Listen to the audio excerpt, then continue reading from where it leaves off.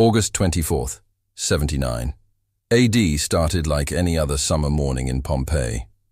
The fish market opened before dawn, vendors arranging their catches on marble slabs while the temperature climbed. Bakers fired up their ovens, slaves hauled water from public fountains, and wealthy Romans lounged in their garden courtyards, complaining about the heat. Nobody knew they had less than 12 hours to live. For weeks, the warning signs had been everywhere. Wells across the city had mysteriously dried up. Dogs refused to stop barking at night. Birds abandoned their nests on Mount Vesuvius. Dozens of small earthquakes rattled dishes and cracked walls. But Pompeii had experienced tremors for 17 years since the massive earthquake of 62 AD. The Romans had rebuilt their city once. They assumed they could do it again. Gaius Pomponius Maturus, a wealthy banker, spent that morning reviewing his accounts in his villa near the Forum. His slave mentioned that the family's horses had broken through their stable gate during the night, fleeing toward the countryside. Gaius dismissed it as poor maintenance. When his wife pointed out that sulfur smell hanging in the air, he blamed it on the public baths. When his youngest daughter asked why the peak of Vesuvius looked different, like it was swelling, he told her to stop being dramatic. Around noon, several residents noticed something odd. The mountain had gone completely silent. No birds, no insects. Nothing.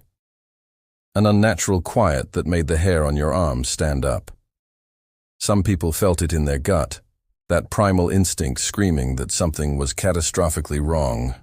A few families loaded carts and headed for the city gates. Most people laughed at them for panicking over nothing. At approximately 1 p.m., Mount Vesuvius exploded with the force of 100,000 atomic bombs. The sound alone ruptured eardrums across the region. Imagine every thunderclap you've ever heard compressed into a single moment, then multiplied by 1,000.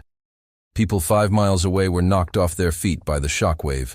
In Pompeii, 2 miles from the crater, the blast shattered windows, collapsed porticos, and sent roof tiles flying like deadly projectiles. The sky turned black in seconds. Not the gradual darkness of sunset, but an instant obliteration of daylight, as if someone had blown out the sun. Panic erupted immediately. People ran into the streets screaming, crashing into each other in the sudden blackness. Mothers grabbed children and started running without knowing which direction led to safety. Men shouted for their families, their voices swallowed by the roar of the eruption that wouldn't stop. A continuous thunderous howl that made thinking impossible. Then came the smell. Sulfur so strong it burned the inside of your nose and throat. A chemical reek that triggered instant nausea and made your eyes water uncontrollably. People were choking and vomiting while trying to run, their bodies rejecting the poisoned air. Gaius Pomponius Maturus stood in his atrium, frozen. His financial records scattered across the floor meant nothing now. His carefully constructed life, his social status, his wealth, all of it rendered meaningless in less than 60 seconds. His daughter was screaming something he couldn't hear over the roar. His wife clutched his arm, her fingernails digging into his skin hard enough to draw blood. The initial blast created a column of ash and pumice that shot 15 miles into the atmosphere. At the top, it mushroomed outward, creating an umbrella of death that began spreading in every direction. In Pompeii, people stood in the Forum, looking up at the black sky, trying to understand what was happening. Some prayed to Jupiter, others prayed to Vulcan, the god of fire, begging him to stop. The gods weren't listening. What nobody in Pompeii understood was that their mountain wasn't just a mountain. It was a geological pressure cooker that had been building energy for centuries. The magma chamber underneath Vesuvius was 6 miles wide and had been superheated to over 1,800 degrees Fahrenheit. When the pressure finally exceeded what the Earth could contain, the mountain didn't just erupt, it disintegrated. In those first few minutes, some people made decisions that would save their lives. A merchant named Marcus Hulconius heard the explosion and immediately grabbed his family and ran south without stopping to collect anything. He didn't look back. He didn't hesitate. He just ran. His family survived. But most people hesitated. They went back inside to grab money, jewelry, family heirlooms. They tried to round up their slaves. They stood in doorways, paralyzed by indecision, trying to calculate the safest option. That hesitation killed them. About 15 minutes after the initial blast, the first pieces of pumice began falling from the sky. At first, they were small, the size of grapes, and people thought maybe this was the worst of it. They were wrong. But the noise was just the beginning. What fell from the sky would turn human bodies into something unrecognizable. The pumice stones started small, almost harmless looking. Lightweight volcanic rock the size of walnuts bounced off rooftops and scattered across the streets. People held their togas over their heads thinking this would protect them. Within 30 minutes, the stones were the size of fists. Within an hour, some were as large as human heads, falling from the sky at terminal velocity. Imagine being hit in the shoulder by a rock weighing 3 pounds traveling at 70 miles per hour. The bone shatters instantly. The pain is so overwhelming that your brain can't process it. You're in shock before you hit the ground. Now imagine that rock was also heated to 400 degrees Fahrenheit during its journey through the volcanic column. It doesn't just break you, it burns through your flesh on contact. Quintus Epidius, a wine merchant, tried to run across the forum to reach his family's house. A pumice stone the size of a melon struck him directly on the top of his head. His skull collapsed inward. He died instantly, his body crumpling in the street. Within minutes, dozens of stones had buried him. His corpse wouldn't be found for over 1,100 years. The sound of pumice hitting roof tiles created a constant rattling thunder that made verbal communication impossible. You couldn't hear someone screaming right next to you. Parents lost their children in the chaos because in the darkness and noise, a person could be 3 feet away and you'd never know. People groped blindly through the streets, their hands extended, calling out names that nobody could hear. The thermal shock from the superheated stones caused immediate second-degree burns on exposed skin. People's faces were blistering just from being pelted by this volcanic hail. Hair caught fire. Clothing smoldered and ignited. Imagine trying to run for your life while your tunic is burning against your skin and rocks are raining down, breaking your bones with every hit. Julia Victorina made a decision that thousands of others made. She gathered her family in their home and ordered everyone into the small interior rooms away from windows. They pushed furniture against the doors. They huddled together in the dark, waiting for it to stop. She thought the house would protect them. For the first hour, it worked. The thick walls blocked most of the pumice. The family could hear the stones hammering against the roof, but they felt relatively safe. Julia's youngest son was crying. Her teenage daughter kept asking when it would end. Her husband, Sextus, kept saying soon, "It will stop soon. We just have to wait it out." The pumice kept falling. 2 feet accumulated on the roofs across Pompeii, then 3 feet, then 4. The weight was catastrophic. Roman roofs were designed to shed rain, not to support tons of volcanic rock. The wooden beams began cracking. You could hear them splintering, these sharp reports like bones breaking, as the support structures failed. The first roof collapsed about 90 minutes into the eruption. The family inside didn't have time to scream. 4 feet of pumice weighing several tons crashed through the ceiling, crushing everyone beneath it in an instant. Their bodies were pulverized, bones shattered into fragments. When archaeologists eventually found them, they were compressed to less than half their normal height. Julia Victorina heard the collapse 3 houses away. The sound traveled through the walls. She knew immediately what it meant. Her husband looked at her, and she could see the realization spreading across his face. They were trapped. If they stayed, the roof would eventually collapse and crush them. If they left, the stones would kill them in the streets. Throughout Pompeii, families were reaching this same horrifying conclusion. There was no safe option. Every choice led to death. People started praying to household gods, making desperate offerings, promising anything if they could just survive. Some people were so terrified they lost control of their bowels. The smell of human waste mixed with sulfur and burning wood created a stench that made the air itself feel poisonous. The temperature inside the houses was rising. The pumice wasn't just heavy. It was hot. As it accumulated on roofs and blocked doorways, it trapped heat inside like an oven. People were sweating profusely, gasping in air that felt too thick to breathe properly. Children were crying from thirst, but the water supplies were contaminated with ash. Sextus Victorinus made the decision. They had to try to escape. He wrapped his son in blankets to protect him from the falling stones. He told everyone to cover their heads with pillows. The plan was to run as fast as possible toward the city gates. Other families were doing the same thing. You could hear them in adjacent houses, shouting instructions, preparing to run. When the Victorinus family opened their front door, the accumulated pumice spilled into their atrium like an avalanche. It was over 6 feet deep in the street. Moving through it was like trying to wade through hot gravel that kept shifting under your feet. The stones were still falling, now mixed with larger chunks of volcanic rock that had been blown miles into the air and were finally coming down. The blankets Sextus had wrapped around his son caught fire within seconds. The boy screamed as his father frantically tried to pat out the flames. A chunk of pumice the size of a watermelon hit Julia in the back, breaking her spine. She fell face first into the accumulated stones, unable to move her legs, unable to even scream through the pain. Her family couldn't stop to help her.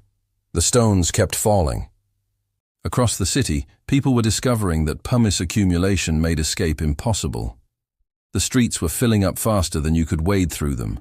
People were literally drowning in volcanic rock. Some climbed onto roofs to get above the rising level, but the roofs were collapsing. Others tried to dig through the pumice-blocking doorways, but it kept pouring in as fast as they could shovel it out. The truly desperate tried to shield themselves by holding furniture over their heads, wooden tables and chairs that immediately caught fire from the superheated pumice. People were burned alive while trying to protect themselves from being crushed. The volcanic stones accumulated around their bodies as they died, entombing them in the positions they died in. 4 hours into the eruption, Pompeii was buried under 9 feet of pumice. Most of the buildings were still standing, but they were filling up from the inside. People trapped in interior rooms watched in horror as the volcanic material poured through every crack and opening, rising like a grotesque tide. Some families made it to upper floors, climbing stairs as the ground floor filled. They bought themselves another hour of life. The pumice kept rising. Eventually, it reached the 2nd floor, then the 3rd. People were pressed against ceilings, gasping in the shrinking pocket of breathable air, knowing that soon there would be nowhere left to go. The screaming had mostly stopped by then. Not because the dying had ended, but because people no longer had the breath to scream. The air was so thick with ash that breathing felt like drowning. Every inhale brought volcanic glass particles into the lungs, shredding the delicate tissue. People were coughing blood, their bodies desperately trying to expel the foreign material destroying them from the inside. But whoever survived the rain of stones soon discovered that the real horror hadn't even started yet. While thousands struggled against the visible horror of falling pumice, something far more insidious was already killing them. The volcanic gases had been seeping into Pompeii since the first moments of the eruption, invisible and odorless killers that destroyed the human body from the inside out. Mount Vesuvius wasn't just throwing rock into the sky. It was exhaling a toxic mixture of superheated gases that had been trapped under pressure for centuries. Sulfur dioxide, hydrogen sulfide, carbon dioxide, and hydrochloric acid vapor poured down the mountain in concentrations high enough to kill within minutes. The gases were heavier than air, so they flowed like water, seeking the lowest points, filling basements and first floors before rising to upper levels. Lucius Caecilius Felix owned a fullery, a cloth cleaning business near the Stabian Gate. When the pumice started falling, he made what seemed like a smart decision. He gathered his workers and took them down into the basement workspace, where the heavy stone vaults would protect them from falling debris. 16 people crowded into that underground room, barricading the door, believing they had found safety. The gases found them within 30 minutes. Carbon dioxide is a silent killer. It doesn't burn, it doesn't smell, it simply displaces oxygen. As the concentration in that basement rose above 10%, the workers started feeling dizzy. Their breathing became rapid and shallow as their bodies desperately tried to get oxygen that wasn't there. Headaches came next, pounding behind their eyes with increasing intensity. At 15% concentration, the confusion started. People couldn't remember why they were there or what they were supposed to be doing. Some tried to stand and fell immediately, their legs refusing to support them. Others vomited repeatedly, their bodies trying to expel a poison that was everywhere around them. At 20%, the convulsions began. Bodies jerked and twitched uncontrollably, eyes rolled back, tongues swelled. The youngest worker, a boy of 14, started seizing so violently he broke his own teeth, fragments cutting the inside of his mouth as he thrashed on the floor. Nobody could help him because everyone else was dying too. Lucius Caecilius Felix died last. He watched every single person in that room die before him. He saw his brother's face turn purple. He watched his best worker claw at his own throat hard enough to leave deep gouges. He listened to the wet choking sounds as people drowned in their own vomit and blood. Then his vision narrowed to a tunnel, then to a pinpoint, then to nothing. When archaeologists found that basement in 1912, the 16 bodies were still there, piled on top of each other near the door they had barricaded. They had died trying to get out, realizing too late that their shelter was a gas chamber. But carbon dioxide was almost merciful compared to what sulfur dioxide did to human tissue. Sulfur dioxide mixed with the moisture in human lungs creates sulfuric acid. Imagine pouring battery acid directly into your respiratory system. The delicate alveoli, those tiny air sacs that allow oxygen into your blood, dissolved. The bronchial tubes blistered and swelled shut. People were literally drowning in the acid their own lungs were producing. The symptoms were immediate and agonizing. A burning sensation started in the nose and throat, rapidly intensifying to white-hot pain. People's eyes watered uncontrollably, the tears running down their faces in continuous streams. Breathing became torture. Every inhale felt like swallowing fire. The coughing started, violent spasms that brought up blood and chunks of destroyed lung tissue. Marcus Viconius Primus was a magistrate, a man of importance and dignity. When the eruption started, he gathered his household in the garden triclinium, an open-air dining area he thought would keep them safe from collapsing roofs. His wife, his 2 daughters, his elderly mother, 5 slaves, all of them huddled together while pumice accumulated around them. The sulfur dioxide crept into the garden like an invisible fog. Marcus felt the burning in his throat first. Within seconds, he was coughing so hard he couldn't catch his breath between spasms. His youngest daughter, 9 years old, started screaming that her chest hurt, that she couldn't breathe, that something was wrong. Her face was turning red, then purple, as her throat swelled shut from the chemical burns. Marcus tried to help her. He didn't know how. He watched his daughter suffocate while he held her, her eyes wide with terror, her mouth opening and closing like a fish out of water. She died in his arms. Then his other daughter started the same decline. Then his wife. Then his mother. One by one, everyone in that garden died choking on acid-burned lungs while Marcus watched, powerless. He died last, surrounded by his family's bodies. The expression on his face when archaeologists found him suggested he had spent his final moments in absolute mental anguish, knowing he had failed to protect anyone he loved. The gases didn't just kill through suffocation, they caused hemorrhaging throughout the body. Sulfuric acid in the lungs broke down capillary walls. People were coughing up not just blood, but actual chunks of lung tissue. Some vomited blood so profusely they aspirated it, drowning in their own hemorrhaging. The hydrochloric acid vapor was even worse. It attacked everything it touched. Eyes liquefied in their sockets, skin blistered and sloughed off in sheets. The mucous membranes in noses and mouths dissolved, leaving raw, exposed flesh that bled continuously. People were literally being chemically burned alive from the inside out while simultaneously suffocating. In the basement of a tavern near the Forum, 11 people died holding rags soaked in wine over their faces. They had the right idea. The wet fabric would filter some particulates, but it was useless against gases. They suffocated anyway, their fingers still clutching the wine-soaked cloths, their bodies positioned in desperate crawls toward a door that was blocked by pumice. Some people survived the gases longer than others, their suffering extended by cruel biological chance.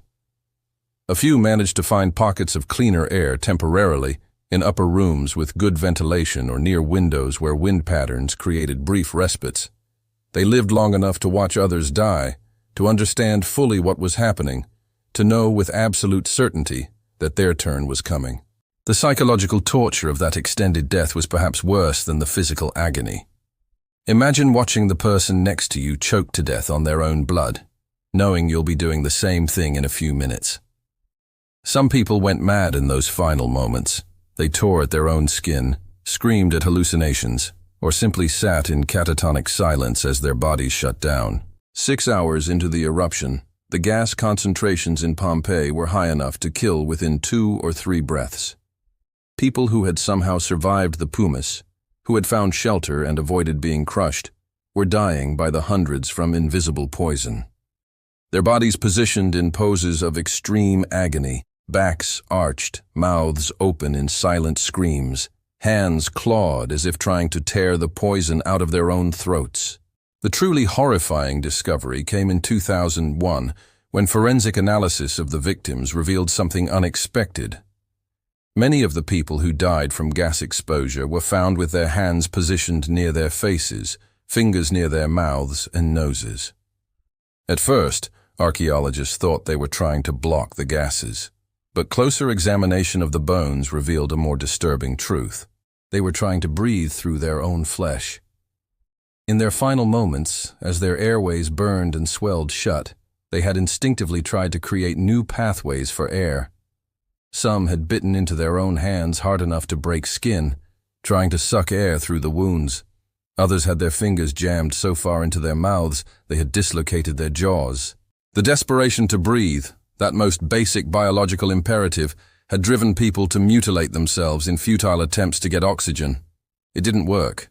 They died anyway, their bodies frozen in positions of self-inflicted trauma. But for those still alive after 6 hours, the poisonous gases were just preparing them for what came next. Because while they struggled for breath in the toxic atmosphere, something far worse was descending from the mountain. The true nightmare, the thing that would ensure nobody in Pompeii survived, was racing down the slopes of Vesuvius at 100 miles per hour. And it was hot enough to vaporize human flesh on contact. At approximately 7:30 p.m., 12 hours after the initial eruption, Mount Vesuvius underwent a catastrophic change. The eruption column that had been shooting into the stratosphere suddenly collapsed. Trillions of tons of superheated ash, pumice, and gas that had been suspended miles in the air came crashing down. What happened next created the most lethal phenomenon in volcanology: a pyroclastic surge. This wasn't lava. Lava would have been survivable in comparison. This was a ground-hugging avalanche of superheated gas and pulverized rock traveling at highway speeds, with a temperature between 400 and 750 degrees Fahrenheit. Nothing organic could survive it. Nothing. The surge raced down the mountain like a horizontal explosion, obliterating everything in its path. Trees were stripped to bare stumps in seconds. Buildings were knocked flat as if hit by a bomb. The wall of superheated gas moved so fast that people wouldn't have even seen it coming in the darkness. 1 second they were alive. The next second they weren't. Aulus Umbricius Scaurus was one of the wealthiest men in Pompeii, made rich by his garum factory, the fermented fish sauce that Romans loved. When the eruption started, he had taken his family to his seaside villa just outside the city walls, thinking they'd be safer near the water where they could escape by boat if necessary. They were standing on the beach, along with several hundred other people, waiting for boats that would never arrive. The darkness was absolute except for the occasional flash of volcanic lightning. The air was thick with ash. People were coughing, crying, praying. Children whimpered in their parents' arms. Everyone was watching the sea, desperate for any sign of rescue. The pyroclastic surge hit them without warning. There was no time to run, no time to scream, barely time to register that something was happening before they were dead. At 400 degrees Fahrenheit, human tissue doesn't burn in the traditional sense, it vaporizes. The water in cells boils instantly, causing catastrophic cellular rupture. Blood literally boils in the veins. The brain reaches temperatures that cause instant death, but not before the extreme heat triggers a final reflexive muscle contraction throughout the entire body. This is what created the famous boxer's pose seen in so many Pompeii victims. As the superheated gas enveloped them, every muscle in their bodies contracted simultaneously with tremendous force. Arms drew up to a defensive position, hands clenched into fists, legs bent, spines arched backward. They weren't posing like boxers by choice. Their own muscles were tearing themselves apart, contracting so hard that tendons snapped and bones fractured from the internal pressure. The surge killed Aulus Umbricius Scaurus and everyone on that beach in less than 10 seconds. There was no suffering because the nervous system was destroyed faster than it could transmit pain signals. They were alive, and then they simply weren't. The extreme heat flash-cooked their bodies where they stood, locking them into those final contorted positions. When the surge finally dissipated, hundreds of bodies littered the beach in identical poses, arms raised, hands clenched, as if they were all frozen mid-fight against an invisible enemy. Ash immediately began covering them, preserving those grotesque positions for eternity. Back in Pompeii proper, the pyroclastic surge that hit the city was even more devastating. The first surge arrived around 7:30 p.m. It wasn't the biggest, that would come later, but it was hot enough. Buildings that had survived the pumice were now blown apart by the force of the impact. The surge moved through the streets like a liquid, flowing around corners, filling every space, penetrating every structure. In the Garden of the Fugitives, a group of 13 people had been huddled together for hours. They had survived the pumice falls. They had survived the toxic gases. They were so close to potentially surviving the entire disaster. The pyroclastic surge found them anyway. The heat killed them instantly, but their bodies tell a story of their final moments that's almost unbearable to process. They died in a cluster, bodies pressed against each other. A mother covered her child with her own body, trying to protect him even as they both died. A man's arms were wrapped around two other people, as if he could shield them. Another person had their face pressed against the ground, hands over their head in a futile protective gesture. The surge locked them together, a family portrait of death. When archaeologists made plaster casts of the cavities their bodies left in the ash, the scene was so emotionally devastating that grown men wept at the excavation site. You could see the exact moment these people died, frozen in their attempts to save each other, and it drove home a truth that's easy to forget when looking at ancient history. These were real people, with real families, who loved each other just as much as we love our families today. Throughout Pompeii, the surge was creating similar tableaus of horror. Families found clutching each other. Lovers discovered in final embraces. Parents wrapped around children. The heat had killed them so fast that their brains hadn't had time to process what was happening. Their final thoughts, their last moments of consciousness, were likely confusion rather than pain. But the first surge wasn't the last. Over the next few hours, 5 more pyroclastic surges would sweep through Pompeii, each one hotter and more powerful than the last. The city was being systematically sterilized of all life. The second surge, around 8 p.m., reached temperatures approaching 600 degrees Fahrenheit. At this temperature, human bones begin to char.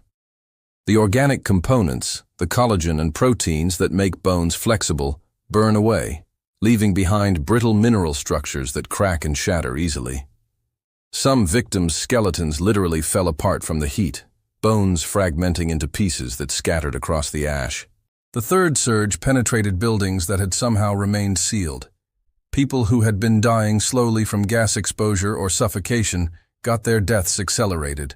The superheated gas rushed into enclosed spaces, raising the internal temperature to lethal levels within seconds.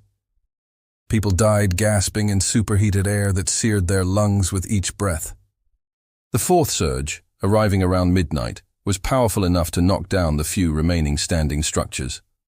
Walls that had stood for centuries crumbled.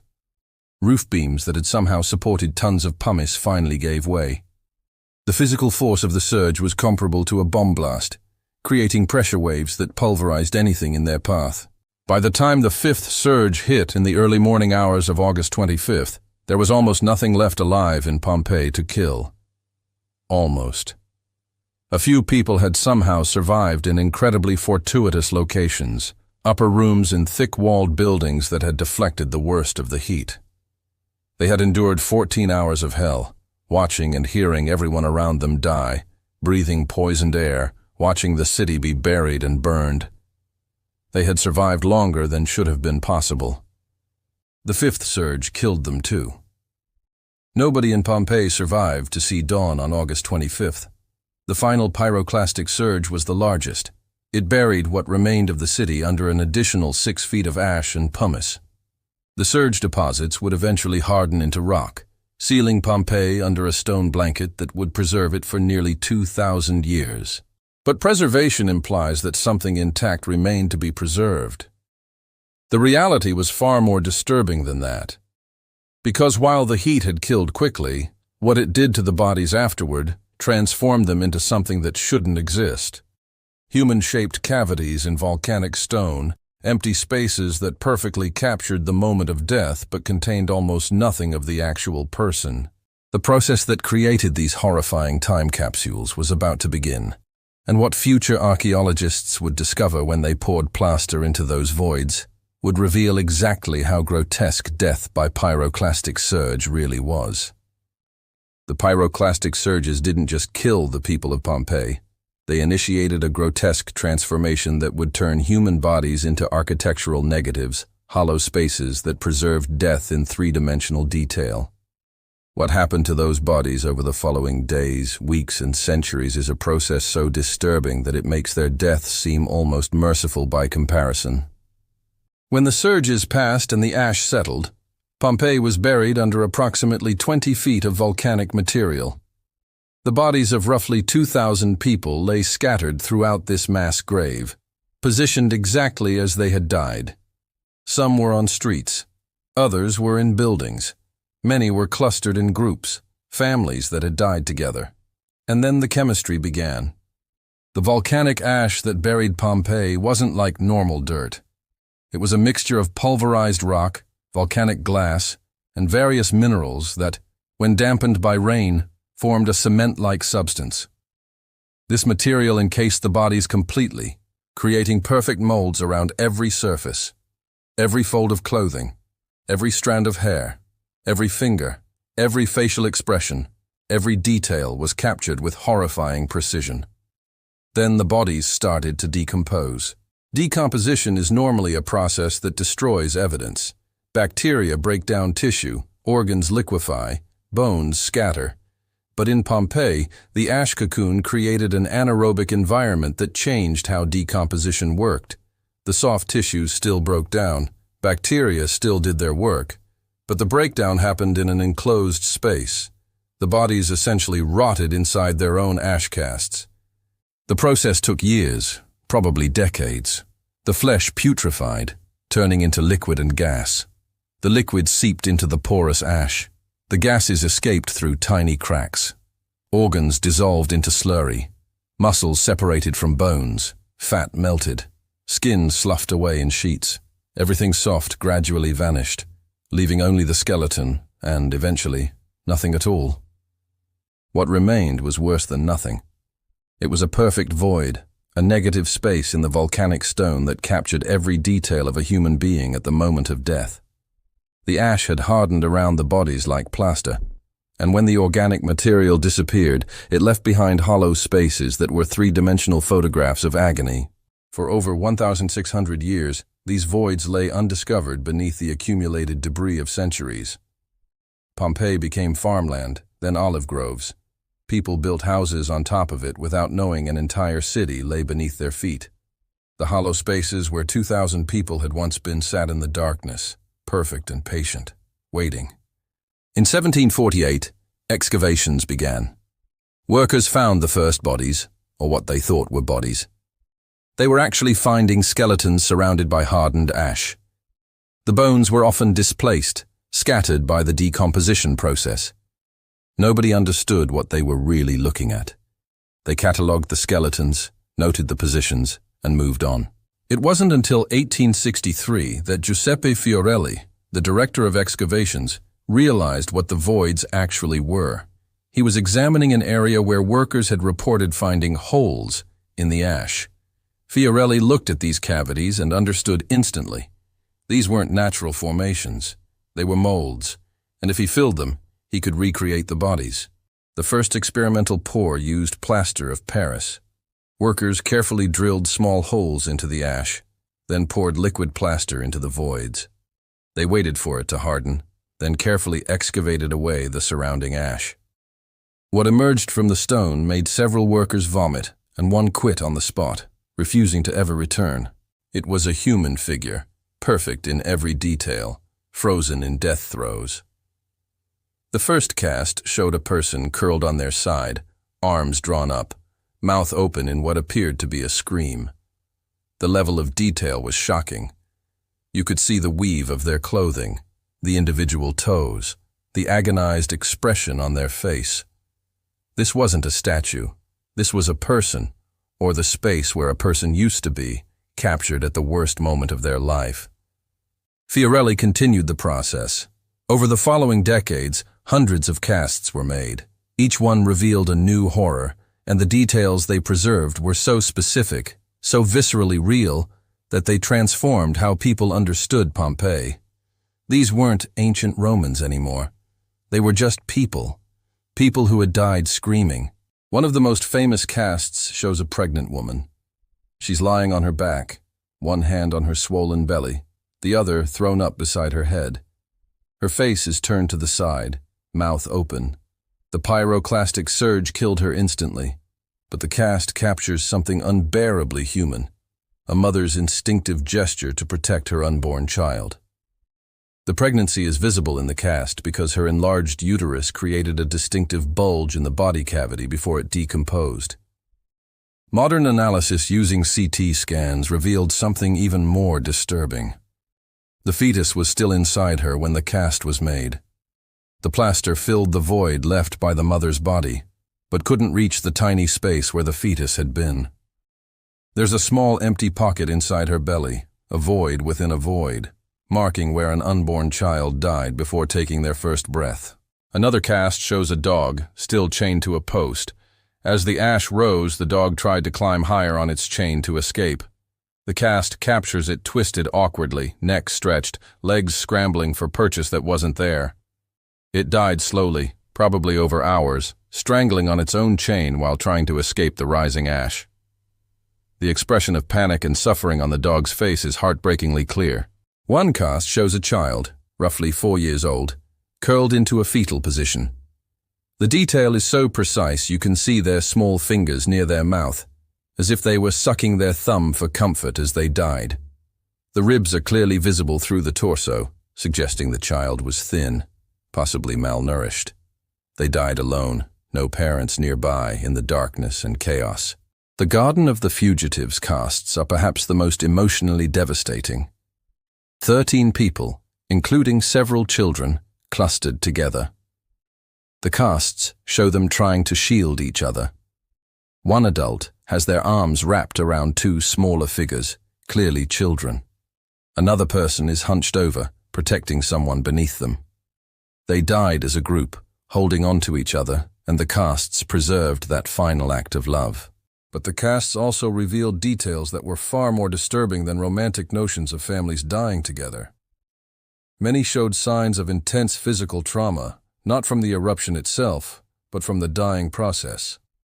Jaws dislocated from screaming, fingers bent backward from clawing at stone, spines curved at impossible angles from the boxer's pose muscle contractions. These weren't peaceful deaths. They were agony, frozen in 3 dimensions. Some casts showed clothing in remarkable detail, the weave of fabric, the folds, even decorative elements like buttons and brooches. But occasionally, the clothing revealed something unexpected. Several male figures were found with their togas pulled up, genitals exposed. At first, archaeologists thought this was from the death throes or the pyroclastic surge blast, but positioning suggested something else. They had likely been urinating when they died, their bladders releasing in fear or as a pre-death bodily function. One cast showed a person with their hands positioned in front of their face, fingers spread. Initial interpretation suggested they were trying to protect themselves from the heat. Detailed analysis revealed the true horror. The fingers were inside the mouth. They had jammed their own fingers down their throat, possibly trying to clear an airway blocked by ash, or in an instinctive gagging reflex as they suffocated. The fingers were so deep they had dislocated the jaw. Another particularly disturbing cast from a house near the Forum showed a person who had been kneeling when they died. The posture suggested prayer, and for years this cast was displayed with a placard noting how the victim had died while praying to the gods. Modern reanalysis told a different story. The position wasn't prayer. The person had been vomiting when the surge hit.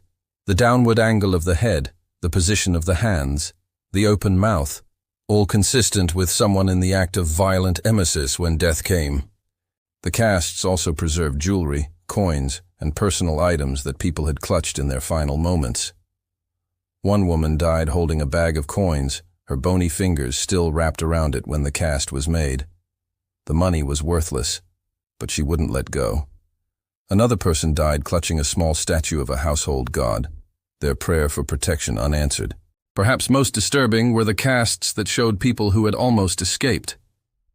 Several were found just inside doorways, hands stretched toward exits that were blocked by pumice. They had gotten so close to potentially surviving, meters away from streets where they might have had a chance, but the accumulation had trapped them. They died reaching for freedom that was literally within arm's length. The creation of the casts also revealed the cruel irony of Pompeii's preservation. These people had been granted a kind of immortality, but it was the worst kind imaginable.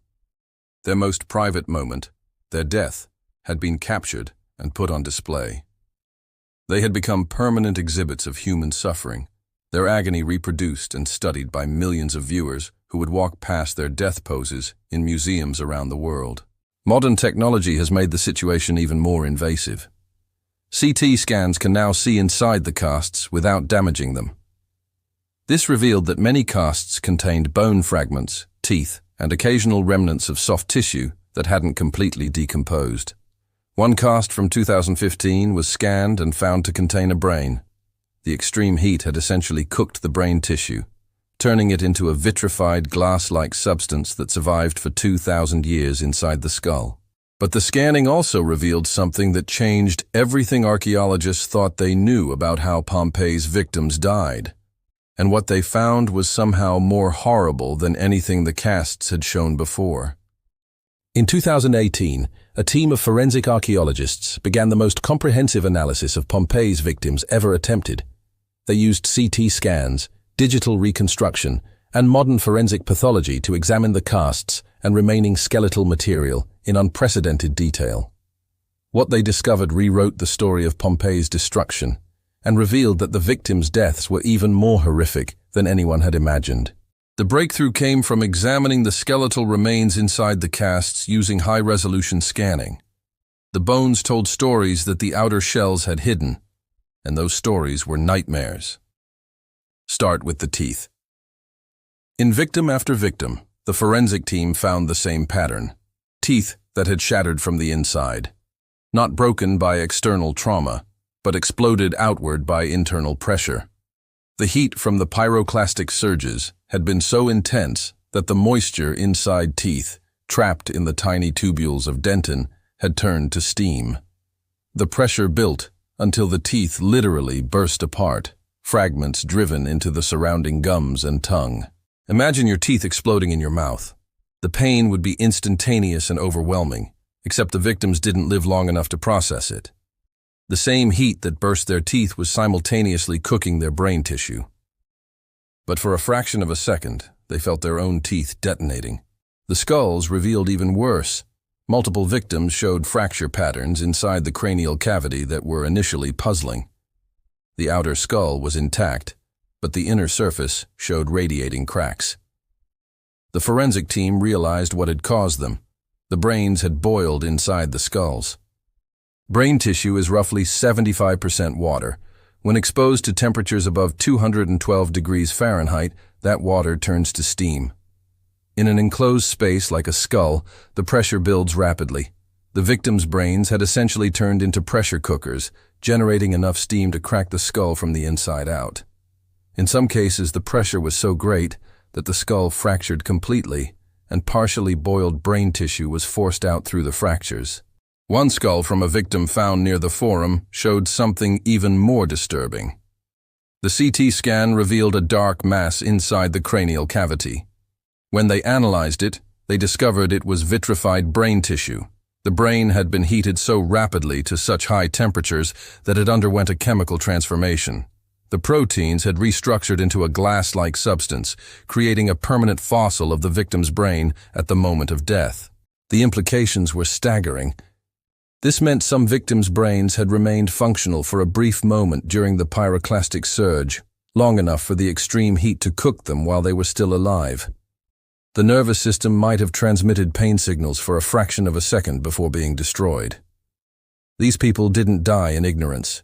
They died knowing, feeling what was happening to them, even if only for an instant. The rib cages told another story. In victim after victim, the ribs showed microscopic stress fractures that occurred perimortem, at the time of death. These weren't from blunt trauma. They were from the inside, caused by the victims trying desperately to breathe against conditions that made breathing impossible. As the pyroclastic surges enveloped them, the superheated gas seared their airways. The body's reflexive response was to try to breathe harder, to pull more air into the lungs.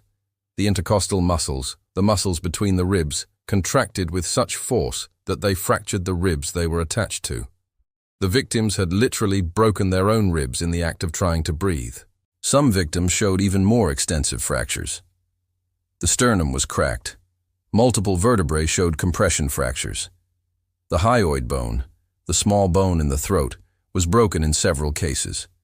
This pattern indicated extreme muscle contraction across the entire body, the boxer's pose taken to its absolute extreme. The muscles had contracted so violently that they fractured multiple bones simultaneously. The hand bones revealed perhaps the most disturbing detail of all. Many victims showed unusual wear patterns on the fingertips, specifically under the nails. Microscopic analysis revealed traces of volcanic ash embedded deep under the fingernails and in the bone itself. The victims had been clawing, digging, trying to burrow their way out of the ash even as it killed them. But here's where it got truly horrible. The dating of these injuries. The ash under the nails showed chemical signatures that indicated it had been there for hours, not minutes. Some victims hadn't died instantly from the pyroclastic surges. They had been buried alive by the ash and pumice, and they had lived long enough to try to dig themselves out. One victim found in a basement room showed the most extensive evidence. Every fingertip was abraded down to the bone. The fingernails were torn off. The fingers themselves showed multiple fractures from the force of their digging. This person had clawed at the hardening ash until their fingers were destroyed, and they had done it in complete darkness, in a sealed room, knowing they were entombed alive. The chemical analysis of the ash around this victim revealed something that made the discovery even worse. The ash showed higher concentrations of urea and salts than the surrounding material. This person had urinated and defecated on themselves multiple times while trapped. They had lived long enough to go through multiple cycles of bodily functions, probably hours, possibly as long as a day, before finally suffocating. The stomach contents of several victims provided another piece of the puzzle. Many had eaten shortly before death, their stomachs containing partially digested food.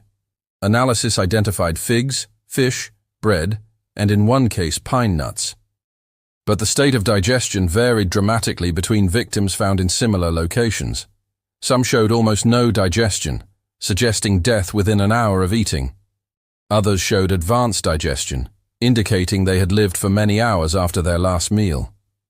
This meant the dying wasn't synchronous. The pyroclastic surges had killed most people instantly, but some had survived in protected pockets, slowly suffocating over hours or even days. These survivors had been trapped in the darkness, listening to the ongoing eruption, breathing air that was gradually becoming unbreathable, knowing they were going to die and being powerless to prevent it. One particularly tragic case involved a young woman found in an upper room of a house near the Stabian Baths. Her skeleton showed evidence of severe trauma to the legs, both femurs fractured.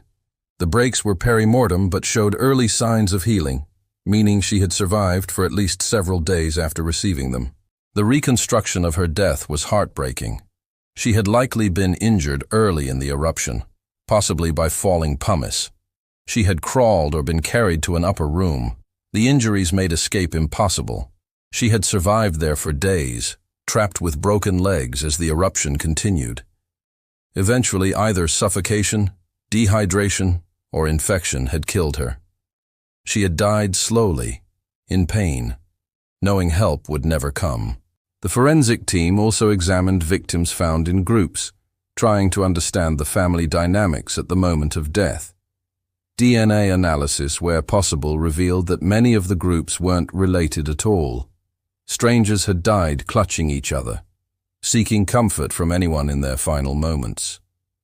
The social structures of Roman society had completely collapsed. Slaves died holding their masters. Rich died beside poor. In the face of death, everyone was equal. But perhaps the most disturbing discovery came from examining the victims found near the marina, including the wealthy Scaurus and his family.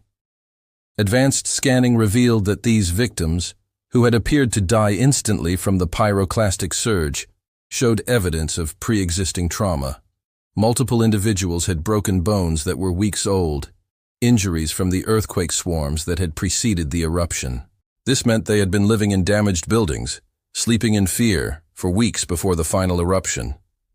They had known something terrible might happen.